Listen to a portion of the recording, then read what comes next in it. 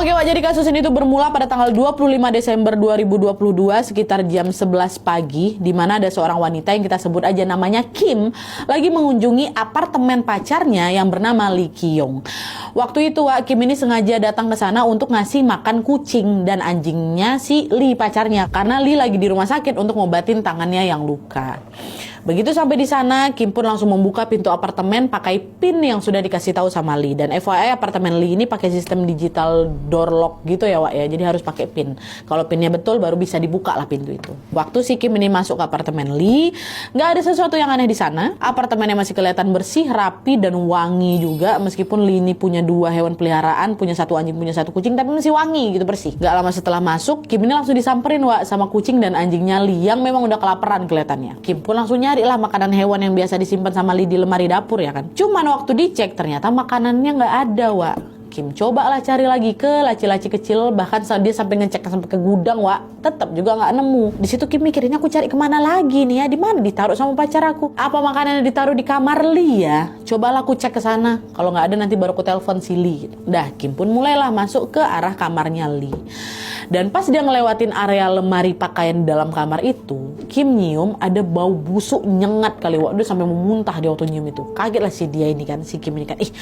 Bau kali lemari ini, ada tikus mati apa di sini ya? Ku cek lah, sekalian aku cari juga makanan kucingnya si Lee, siapa tahu ada di dalam. Pas Kim buka lemari itu, di situ dia ngelihat ada tumpukan kardus yang dilipat, memanjang kayak lagi nutupin sesuatu gitu.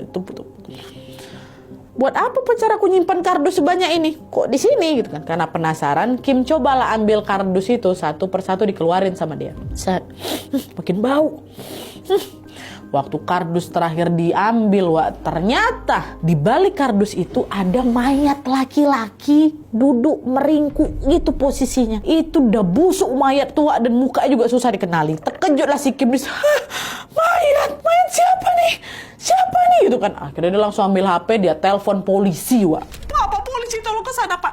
Saya nemu ada mayat laki-laki di apartemen pacar saya Pak. Saya takut Pak. Saya nggak tahu ini mayat siapa. Tolong datang ke sini Pak. Periksa Pak cepat gitu. Alamatnya di mana Mbak? Tunggu. Kami akan segera ke sana gitu. Daerah Paju Pak. Paju cepat tolong ke sini gitu. Gila polisi ke sana. Setelah nyampe di apartemen Lee, polisi pun langsung mengevakuasi mayat itu dan membawa si jasad ini ke rumah sakit untuk diotopsi, untuk mencari tahu identitasnya ya kan.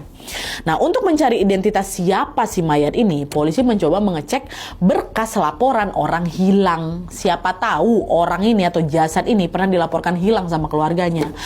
Waktu dicek betul rupanya, kebetulan sekali sekitar jam 3 pagi tadi, 3 malam, 3 pagi nih Wak, di hari yang sama ini, pada saat penemuan jasad di tanggal 25 Desember ini, ada laporan kalau seorang supir taksi bernama Choi, usia sekitar 60 tahun, hilang sejak 5 hari yang lalu. FYI, Choi ini nama marganya Wak ya, nama lengkapnya memang gak dipublikasikan. Choi lah pokoknya, bapak-bapak. Dan yang ngelapor ini adalah anak perempuannya Pak Choi. Kita sebut aja lah namanya Hana. Hana ngelapor jam 3 subuh tadi. Menurut keterangannya Hana Wak, Pak Choi ini udah kerja sebagai supir taksi selama 33 tahun. Dan selama itu juga tidak pernah si Pak Choi ini ya, nggak pernah sekalipun pulang terlambat gara-gara sibuk bekerja. Tapi di tanggal 20 Desember, 5 hari sebelum penemuannya, 20 Desember itu, sampai tengah malam Pak Choi ini belum balik-balik ke rumah. Di situ Bu Choi, istrinya, mulai khawatir. Dia bilanglah ke si Hana, "Nak, ini kok tumben bapakmu jam segini belum balik ya?" Katanya, "Oh iya ya Bu ya, cobalah aku chat bapak ya," gitu. Dah Hana pun ngechat lah bapaknya lewat KakaoTalk Wak. Jadi kayak WhatsApp gitulah. Hana bilang, "Pak, bapak di mana? Kok belum pulang?" gitu. Dibalas sama Pak Choi, "Lagi ngantar penumpang keluar kota. Udah ya, jangan hubungi bapak dulu," kata si bapaknya. Setelah dijawab, Hana bilang sama ibunya, "Bu, ternyata bapak lagi ngantar penumpang keluar kota, Bu. Mungkin nanti pulangnya telat nih. Udahlah kita tidur aja dulu." "Oh alah, ya udahlah kalau kayak gitu." "Istirahat kita yuk," kata Bu Choi. Dan habis itu mereka tidur lah ini kan. Mereka belum ada mikir macam-macam, Bu, masih positif. Mereka berpikiran kalau Pak Choi ini pasti bakal pulang nanti subuh gitu. Dah bobo. Besoknya pas mereka bangun, Pak Choi ini ternyata belum balik ke rumah, Wak. Bu Choi nanya lagi ke Hana, "Hana, bapakmu mana nih kok belum balik?" kata gitu. "Cobalah kamu chat lagi." "Oh ya Bu, bentar." Hana chat lagi bapak ya. Dibalas. Tapi kali ini tidak seperti biasanya. Ini isi chatnya Pak Choi udah singkat kali. "Pak, lagi di mana? Aku belum balik." "Lagi ada urusan," katanya kayak gitu. Hana nanya lagi, urusan apa Pak? Nah waktu chat kedua nggak dibalas sama Pak Choi. Nah di situ feeling anak mungkin kan, Hana ngerasa ada yang beda sama bapaknya. Karena biasanya Pak Choi itu kalau misalnya balas chat, itu pasti bahasanya hangat dan hampir nggak pernah nggak balas chatnya Hana, selalu balas. Di situ Hana langsung telepon bapaknya, udah nggak lewat chat lagi. Ditelepon, di reject. Ditelepon lagi, di reject. Berkali-kali di reject Wak. Masih positive thinking Hana di situ. Mungkin bapak lagi banyak orderan atau memang lagi nyetir nggak bisa angkat. Ini kan juga udah mau Natal, jadi banyak orang yang liburan keluar kota. Lagian kalau ada apa-apa nggak mungkin juga ayah nih sempet bales chat aku. Udahlah mending aku tunggu aja, pasti bapak pulangnya bentar lagi, kata si Hana. Sepanjang hari itu ditunggu-tunggu nggak balik Pak. Masuk di hari kedua Pak Choi belum juga pulang. Bu Choi dah makin cemas, apalagi si Hana ya kan. Tapi mereka yakin ini pasti Pak Choi nggak kenapa-napa gitu. Di situ mereka belum mau lapor polisi Wak. Soalnya kemarin kan Pak Choi masih sempat balas chat mereka ya kan. Jangan-jangan orderannya memang lagi banyak, lagi membludak. Dah, masuk hari ketiga, hari keempat nggak balik-balik bapaknya. Hana tapi tetap selalu nanya bapak lewat chat Wak. Tapi lagi-lagi Pak Choi bilang, lagi sibuk, lagi ada urusan, kayak itu masih ngebalas. Cuma sebatas itu aja Wak, nggak ada penjelasan sibuk kemana, pergi kemana, gara-gara apa, itu nggak ada. Cuma lagi sibuk, lagi ada urusan, kayak gitu aja. Balasannya Pak Choi singkat-singkat dan terkesan dingin. Terus juga kalau misalnya ditelepon nih sama Hana, dia nggak pernah mau ngangkat Wak, di reject terus. Sampailah di hari kelima, masuk 25 Desember, Pak Choi tetap nggak pulang juga. Hana makin kepikiran, dia chat lagi ayahnya. Dan kali ini Hana dapat balasan yang beda dari sebelumnya. Kalau kemarin Pak Choi bilang Pak Choi ini lagi sibuk, kali ini Pak Choi itu bilangnya apa? Dia balas apa? Aku habis kecelakaan nabrak orang sampai mati. Sekarang aku lagi di daerah Cheonan untuk ngurus urusan ini. Kata dia kayak gitu. Pas baca itu terkejut lah si anak. Hah? Bapak nabrak orang sampai mati Bu. Ditelepon bapaknya, nggak diangkat juga. Akhirnya di situ barulah Hana mutusin lapor ke polisi untuk mencari tahu info soal kecelakaan yang terjadi sama bapaknya. Nah FYI Wak, Korea Selatan itu sistem lalu lintasnya teratur kali ya. Jadi setiap kali ada kasus kecelakaan pasti akan terdata secara real time. Pergi di kantor polisi, dia cek Pak ada kecelakaan nggak Pak di hari ini apa segala macam. Rupanya nggak ada Wak. Tidak ada kasus kecelakaan yang menimpa supir taksi namanya Choi di hari itu atau di hari sebelumnya. Makin heran si anak, terus ngapa pula tadi bapak bilang bapak ngelanggar orang sampai mati? Apa maksud bapak kayak gini? Masa bapak bohong? Nah sadar ada yang janggal di sini, Hana akhirnya laporlah ke polisi soal keanehan yang menimpa bapaknya dari 5 hari yang lalu. Mulai dari ayahnya yang nggak balik-balik ini, di chat jawabannya singkat-singkat gitu kan, di telepon tetap nggak bisa, di reject terus, sampai info kecelakaan yang baru didapat tadi pagi. Nah belum sempat nyari tahu lebih dalam Wak, di hari yang sama itulah polisi dapat laporan dari si penemuan si Kim tadi. Ada penemuan mayat hari ini.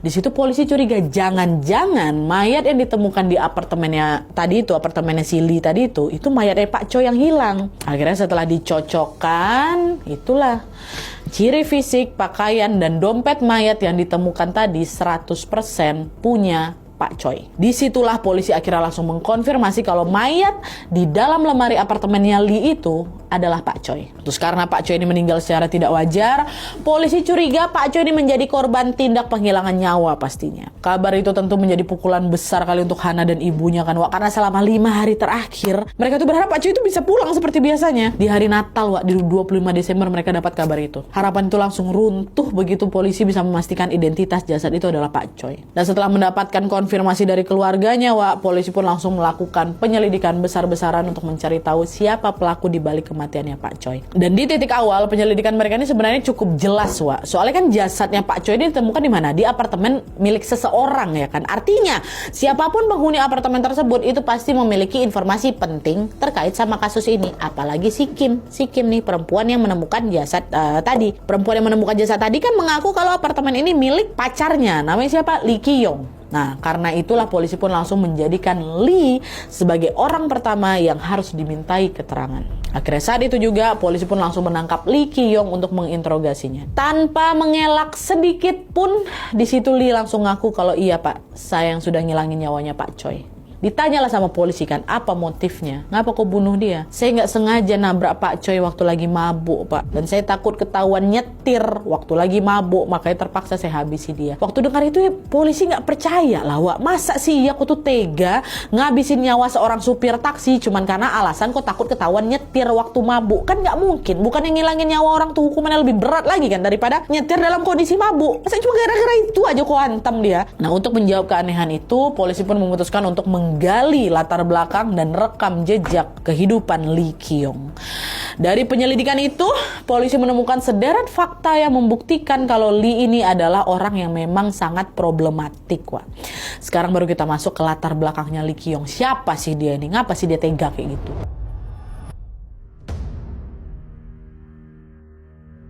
Oke, Wak, jadi menurut informasi yang didapat sama polisi, Lee Ki-yong ini lahir pada tahun 1991 di kota Paju, Gyeonggi-do, Korea Selatan. Tidak ada info detail soal keluarganya, tapi yang jelas sejak kecil Lee ini tumbuh dan bersekolah di kota kelahirannya, di Paju. Ya. Nah, semasa sekolah, Wak, Lee ini punya kebiasaan melebih-lebihkan kondisi hidupnya. Dia sering cerita kalau aku nih dari keluarga orang kaya loh, aku tuh punya banyak uang loh gitu.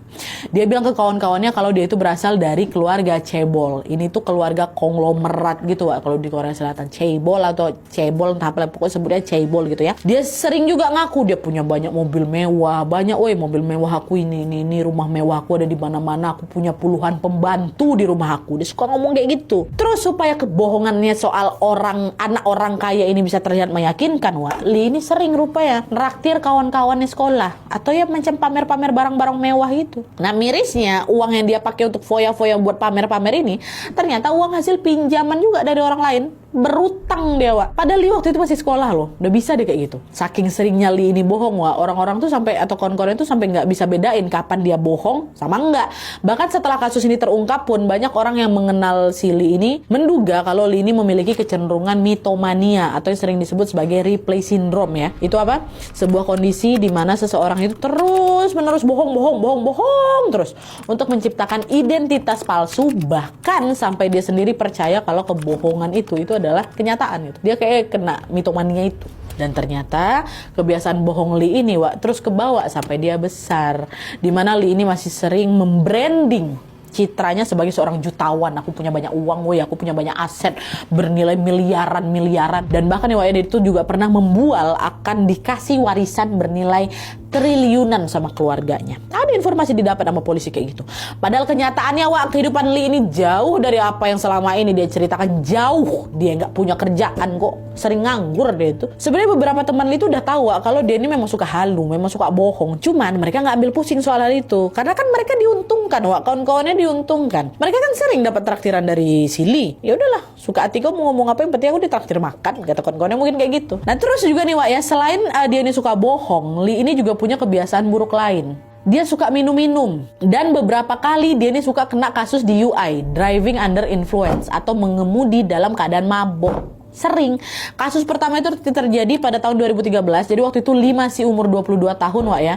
Dan dia ini lagi menjalani wajib militer atau wamil sebagai anggota Angkatan Darat Korea Selatan. Nah, di masa yang seharusnya dia ini menjaga sikap, patuh sama aturan negara, Wak, Lee malah tersangkut kasus hukum. Jadi waktu itu dia ketangkap sama polisi waktu mengemudi dalam keadaan mabuk di wilayah Mapo, Seoul, Korea Selatan. Kasus ini termasuk tindak kriminal yang lumayan berat loh, Wak. Kenapa? Karena berpotensi nyelakain orang lain. Karena itulah polisi pun memberi hukuman kepada Lee dengan mencabut surat izin mengemudinya atau SIM-nya. Dan setelah nggak punya SIM, harusnya Lee ini nggak bisa berkendara lagi lah, ya kan. Tapi bukannya kapok, beberapa bulan setelah kejadian itu, Lee kembali melakukan hal yang sama. Kali ini dia tertangkap mengemudi dalam keadaan mabuk di wilayah Incheon. Waktu itu padahal SIM-nya udah dicabut kan, Wak. Jadi dia ini mengemudi, udahlah dia mabuk, nggak pakai SIM pula. Dan parahnya lagi waktu polisi nyoba berhentiin mobilnya waktu di Incheon ini, Wak, Lee ngelawan, dia tancap gas, ditabrak jangan polisi itu. Sampai ada polisi yang keseret mobilnya itu 2 kilo. Terus waktu polisi coba nyabut kunci mobilnya ya, digigit ya tangan polisi itu sama Lee, sampai luka. Bandel, Wak. Dan kasus yang kedua ini jelasnya lebih parah lah dibanding kasus pertama ya, karena kasus penampakan pertama. Akhirnya di situ pengadilan militer tempat Lee lagi wamil ini pun menjatuhkan hukuman penjara 1 tahun 6 bulan ke si Lee. Nah, di penjara dia waktu kasus kedua. Setelah masa hukumannya berakhir, Lee keluar dari penjara dan statusnya sebagai anggota militer atau anggota wajib militer pun dinonaktifkan. Di sini Lee kembali menjalani hari-hari sebagai warga biasa. Cuman itu dia, Wak, namanya terbiasa berperilaku buruk. Lee ini kan ya pasti bakal ngulangin kesalahan yang sama. Pada bulan Desember 2018, dia kembali mengemudi dalam keadaan mabuk, Wak. Dia melanggar lalu lintas dan dia juga menabrak sebuah taksi di Jalan Kota Paju. Yang ketiga, gara-gara ini dihukum 8 bulan penjara dia dengan masa percobaan 2 tahun. Ya 3 kali ya, nggak kapok, Wak. Lee kembali lagi tersandung masalah yang sama, which is itu di bulan November 2019, dia mabuk lagi dalam keadaan nyetir dan hampir membahayakan nyawa pengendara lain. Kali ini Lee kembali lagi dijatuhi hukuman penjara selama 1 tahun. Jadi total Lee di penjara tuh ada 3 kali. Tapi udah kayak gitu nih, Wak, ya Lee sama sekali nggak bisa berubah. Menurut rekaman CCTV yang didapat sama polisi, ini kita masuk ke tanggal penemuannya Choi. Pada tanggal 20 Desember 2022, atau di hari Choi nggak balik di hari pertama itu, Wak, Lee terlihat kembali mengemudi dalam kondisi mabuk di daerah Goyangsi. Nggak jauh dari Kota Paju memang. Nah, di tengah perjalanan, mobil Lee ini menabrak sebuah taksi yang lagi dikemudikan sama Pak Choi. Benturannya memang nggak sampai bikin Pak Choi itu terluka parah, Wak, tapi tetap aja bagian depan taksinya Pak Choi itu rusak dan Pak Choi jelas nggak terima. Dalam rekaman CCTV itu Pak Choi terlihat keluar dari taksi, dia datangi si Lee, kelihatan dia emosinya ya kan. Nah, kemungkinan besar Pak Choi ini tahu kalau Lee itu lagi mabuk, makanya dia marah besar. Gara-gara kaulah taksi aku jadi rusak ya kan. Bahkan di situ katanya Pak Choi itu sempat mengancam dia mau laporin siapa ini ke polisi. Nah, di titik itu Lee itu kelihatan udah mulai panik, Wak. Karena kalau misalnya kasus itu betul-betul dilaporkan, masalahnya tuh bukan cuma soal ganti rugi taksi aja, tapi juga riwayat Lee yang sebelumnya sudah pernah bermasalah karena mengemudi dalam keadaan mabuk ya kan. Dan takut makin berat lagi hukumannya. Akhirnya setelah beberapa saat berdebat, keduanya terlihat seperti mencapai kesepakatan. Mereka berdua lalu kembali masuk ke kendaraan masing-masing. Cuman yang bikin polisi curiga, setelah itu taksinya Pak Choi ini justru ngikutin mobil Lee dari belakang, nggak bubar. Kayak ngikutin, seolah-olah Lee itu lagi ngajak Pak Choi pergi ke suatu tempat untuk yang mungkin menyelesaikan masalah kecelakaan tadi. Nah, setelah itu polisi udah kehilangan jejak. Nah, polisi nggak tahu nih apa yang terjadi sama mereka setelah kecelakaan itu, Wak. Di interogasi kali ini polisi udah nggak nanya motif atau alasan dia lagi, Wak. Mereka justru nanya kronologi gimana Pak Choi yang tadi kau tabrak tadi bisa sampai ke apartemenmu dan kenapa dia bisa tewas di situ. Itu dulu ditanya sama polisi. Karena kan ada kehilangan jejak nih setelah dari TKP ya kan, kejadian kecelakaan. Nah, ternyata di sini Lee mau diajak kerja sama, Wak. Dia jujur lah itu sama polisi kalau ya gini, Pak, setelah kecelakaan tadi, setelah tabrakan tadi, di tempat kecelakaan itu Lee berusaha ngebujuk Pak Choi untuk menyelesaikan masalah ini secara kekeluargaan. Lee bilang sama si Pak Choi, Pak, tolong Pak jangan lapor saya ke polisi. Saya janji saya mau tanggung jawab, Pak. Cuman sekarang saya nggak bawa uang. Bapak ikut saya ke rumah saya aja, yuk. Nanti saya bayar itu ganti ruginya di sana, kata si Lee. Nah, iming-iming ganti rugi itu bikin Pak Choi kira luluh, Wak. Setuju dia ikutlah Lee ke apartemennya untuk nyelesain masalah tadi. Dan dari sudut pandangnya Pak Choi, Wak, kemungkin keputusan itu terdengar ya masuk akal. Taksinya rusak, Lee juga ngaku dia bersedia buat bertanggung jawab ya kan. Jadi apalagi yang harus aku curigain gitu. Mungkin pikirnya Pak Choi gitu, makanya dia mau ikut. Tapi Pak Choi nggak tahu kalau malam itu sebenarnya dia ini lagi masuk dalam jebakan, Wak. Karena begitu sampai di apartemen, Lee ini ternyata memang tidak pernah berniat untuk memberikan uang ganti rugi. Alih-alih nyelesain masalah secara baik-baik, Wak, di situ dia justru mengambil sebuah linggis. Langsung dihantamnya Pak Choi berkali-kali di apartemen itu sampai Pak Choi tewas.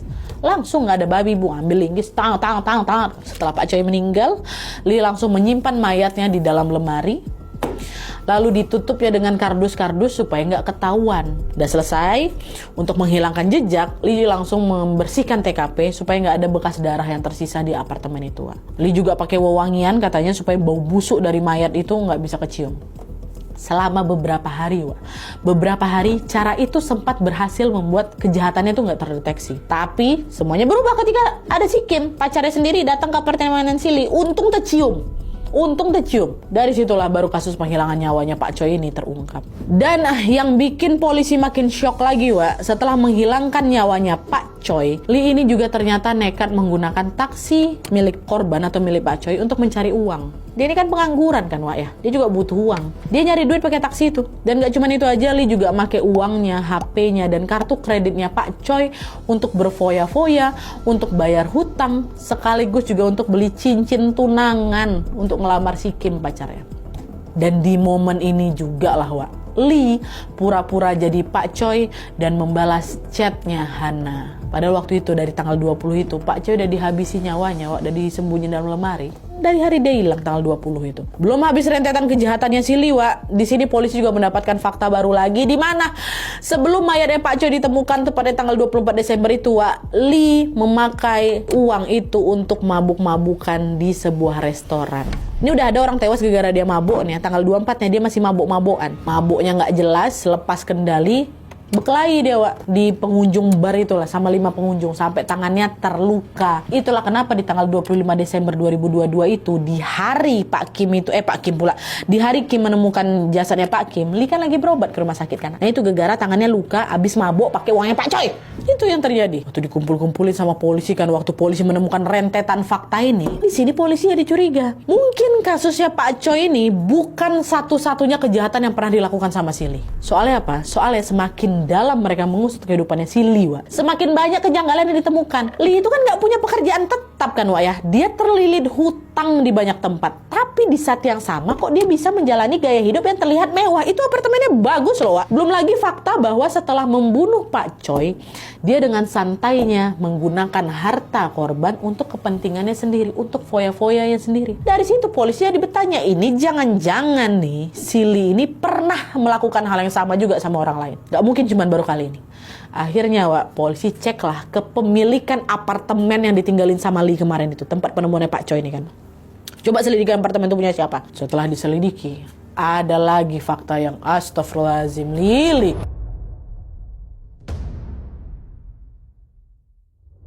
Nah jadi Wak, waktu dicek nih kan kepemilikan apartemen, dugaan polisi ternyata betul.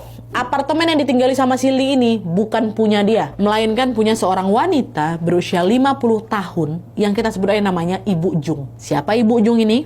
Setelah ditelusuri lagi, Jung ini juga bukan keluarga atau bukan kerabatnya Lee Wak. Polisi langsung nanya kan sama si Lee, Lee, siapa Ibu Jung ini? Kok bisa kok tinggal di apartemennya? Dia mantan pacar saya Pak, tapi kami udah putus. Atau kalau misalnya udah jadi mantan, ngapa kok bisa tinggal di situ? Mana Bu Jung itu sekarang? Kan kau udah punya pacar. Si Kim tuh pacar kok kan? Ngapa kok tinggal tempat apartemen mantanmu? Nah awalnya Lee ini ngejawab muter-muter gitu Wak. Dia bilang dia nggak tahu lah Bu Jung ini kemana karena udah nggak pernah kontakan. Dia bilang kemarin pernah ketemu kayak gitu lah, nggak jelas. Nggak percaya polisi, didesak lagi si Lee kan. Akhirnya dikasih pertanyaan-pertanyaan memojokkan, terpojok betulan. Ngaku Lee di situ. Bu Jung juga udah meninggal Pak. Saya yang habisi dia 4 bulan yang lalu. Astagfirullahalazim, Lee dibunuh juga. Ngapa? Apa alasannya? Polisi nanya ya kan. Barulah Lee cerita. Jadi sekitar bulan Agustusnya Wak, 4 bulan yang lalu itu, dia sama Ibu Jung ini berantem hebat gara-gara masalah finansial. Di situ Ibu Jung ini nyinggung tentang Lee yang pengangguran. Kau ini udah nggak kerja, kau ngabisin uang aku aja. Mau sampai kapan kau kayak gini terus? Carilah kerja sana, jangan cuma numpang aja kau di apartemen aku. Kata si Bu Jung, kata si Lee kayak gitu ya. Omelan itu yang langsung bikin si Lee ini tersinggung, hilang kesabaran dia.